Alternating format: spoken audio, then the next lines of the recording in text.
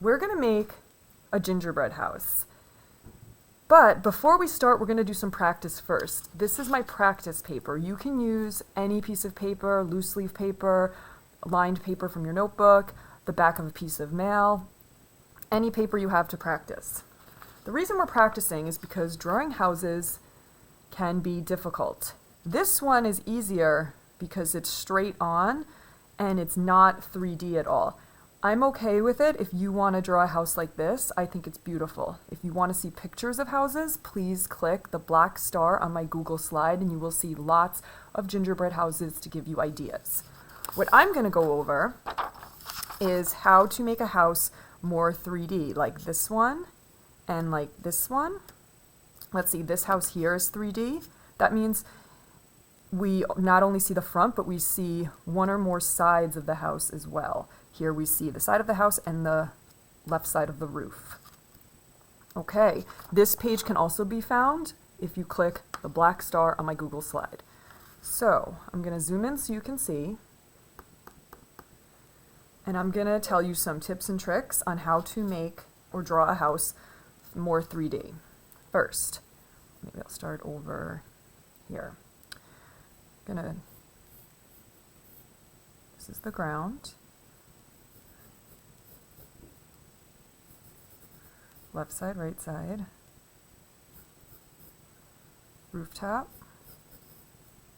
Good. We'll worry about details later. And this is important. I'm going to show the right side of the house. So I'm going to make a slanted line.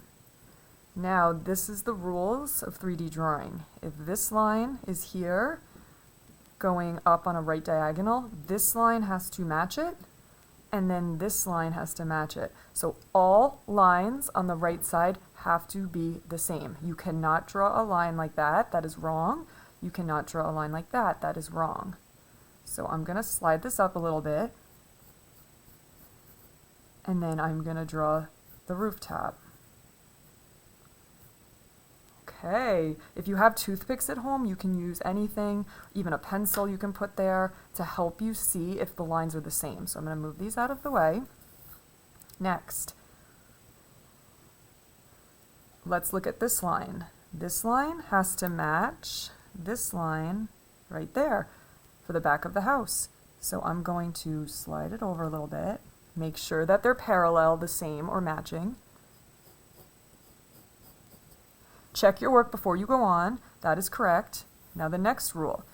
This line here, the top right of the roof, has to match the back of the roof. Like that. So it can't be like this when you draw it. That's wrong. It has to be, this has to be the same. The top of the roof has to be the same as the back of the roof.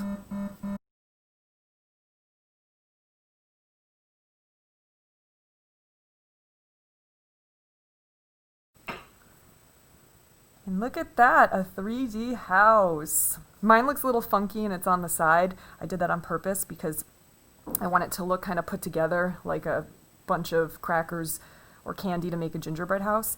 Then for details, you can add them later once your house looks good, like frosting for your gingerbread house, which will look like drippy snow coming down the roof. And then I might add a fun door shape. Maybe some candy is glued on, some more drippy snow down the side, and we'll talk about details more later. So that's the first practice. Now I'm going to draw a house going the other direction, so we're going to see the 3D part is going to be on the left. So I'm going to make this house a little different. Maybe I'll make this one straight on. So I'm going to make a straight line. This one's going to be more like a square. And then maybe I'll make a triangle rooftop. Same exact rules apply when we're making the side of the house. If you make a line here, it has to match the top side of the house. And then this line matches this line and the top line of the roof.